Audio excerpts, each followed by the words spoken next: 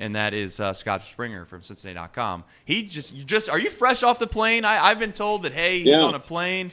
He's nice enough to try to see if he can't get back into a spot where he can do an interview. So thank you for, one, joining the show. Two, where are you at? How was the flight? Just so you know, you got us on like a 15-minute rant about airports and flights at the start of this show. Well, I can join in on that rant probably. But, flew in Frontier, just got to Orlando, so I found an outlet. I was trying to get you guys on the laptop. My IT personnel did not travel with me, so therefore we're on the phone. But, big game tomorrow in Orlando against UCF, who is not an easy team to play at home, really. And they beat Kansas at home. I hear Kansas is pretty good, so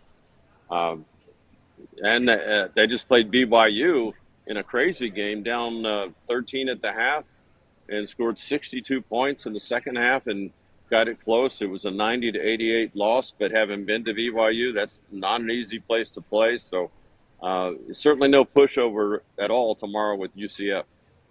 All right, so I found myself in a little hot water on the airwaves the other day when I said I felt like UC was kind of in a spot where it was a must-win against Iowa State. Now, obviously, that's not a direct, actual thing where they clearly have to win to get in the tournament. We all know that there's more games to be played. They can certainly win the conference tournament and take care of it in that little weekend there for the Big 12.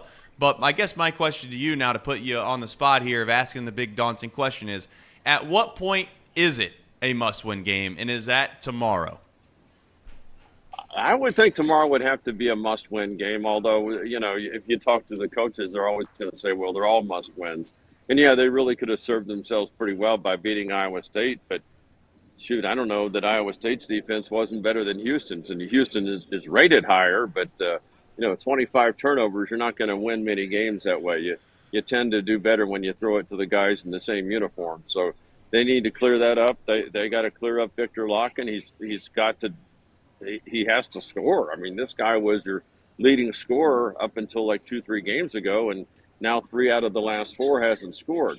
I don't know what's going on. I don't know if it's a non-basketball matter, but, he's certainly done it before. So you need more out of your post guys. And, frankly, Bandago has not done what he did last year at Utah Valley. The best post player of late has been Jamil Reynolds. He actually has post moves, and he's not weak with the basketball. And hopefully we'll see what goes on with him tomorrow. But, you're looking right now. I did something with Shelby Dermer, the Xavier writer, and I think it's out online on Cincinnati.com, but what each team needs to do. And, UC's at 15 wins.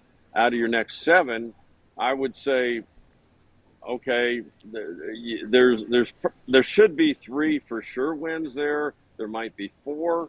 Anything beyond that would be extra, and that would get you to either 18 or 19 wins on the season. But in this league, that might get you to the tournament. On the other hand, the closer you get to 500 in this league, the better. 500 for sure gets you in. Say they only win 3 of the next 7, you're then, 7 and 11 in the league. So does that get you in? I don't know. Last year, West Virginia got in with a 7-11 league record. On the other hand, they had 6 quad 1 wins. UC has 2 right now. They could get 4 more, but in order to do so, they're frankly going to have to steal a game that people didn't think they'd win. So where's that going to come? You've got Houston on the road, daunting task. You haven't beat Houston the last 10 games, and TCU is going to be very tough in Fort Worth. The Bearcats beat them here, but TCU is a pretty good team. You never know, though. I mean, nothing would shock me in this league. Having seen it, they've been right in every game at some point. Probably obviously the biggest blowout, if you want to say a blowout, was Iowa State, where they end up losing by 9, mainly because they threw the ball more to Iowa State than they did to the Bearcats. And like I said, that's the problem. It feels like Wes is kind of in a tricky situation here with Vic. You obviously brought him up. It's no secret that he's struggled as of late, and it's become so apparent that obviously the Boo Birds have come out inside of Fifth Third Arena at times at him, and whether that's something that should happen or not is irrelevant. My question is do you feel like Wes is in a position where he's just dug his heels in? He knows in order for them to do anything successful at all this year, he's got to be a part of it at all? Or do you think that perhaps his perception's changing a little bit on Vic? And as you mentioned, a guy like Reynolds is going to start getting more and more time, and Vic's just going to find himself obviously with less and less playing time.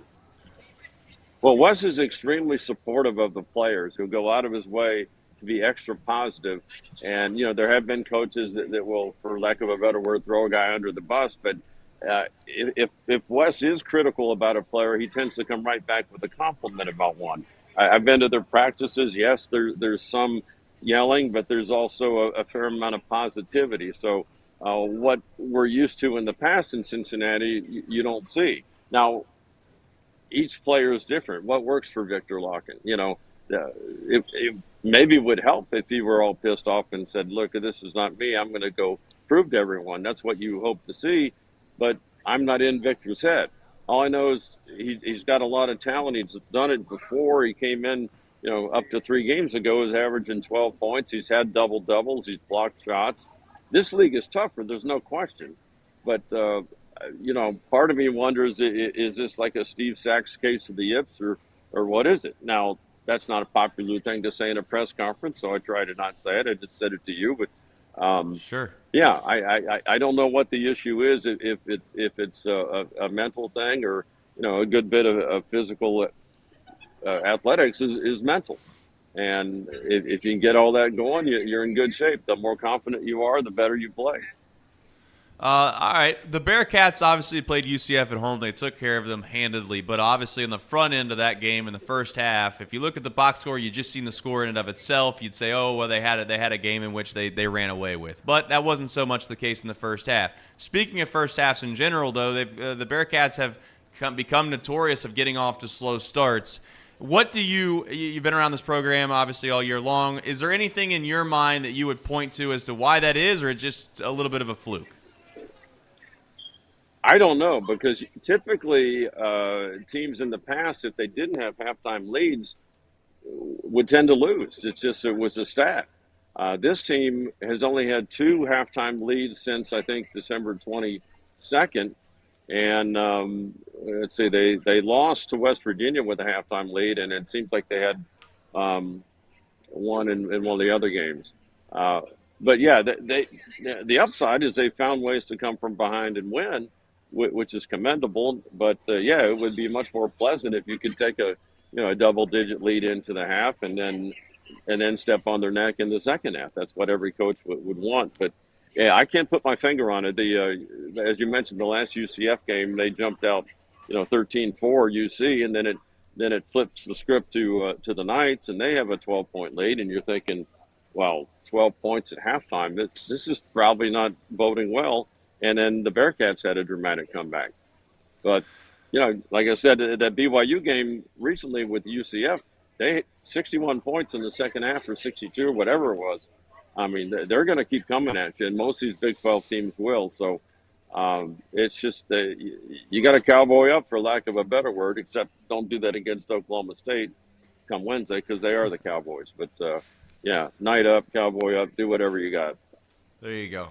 Scott, did you was that a stream of consciousness joke right there? Or did you have that one in the tank?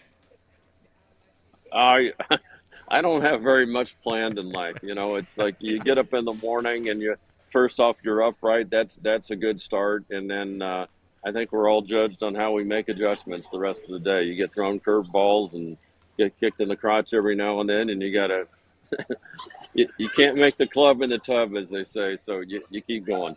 There you go. I think you just described life pretty eloquently. Well, you enjoy the airports. You enjoy the flights. Hopefully you enjoy the game tomorrow.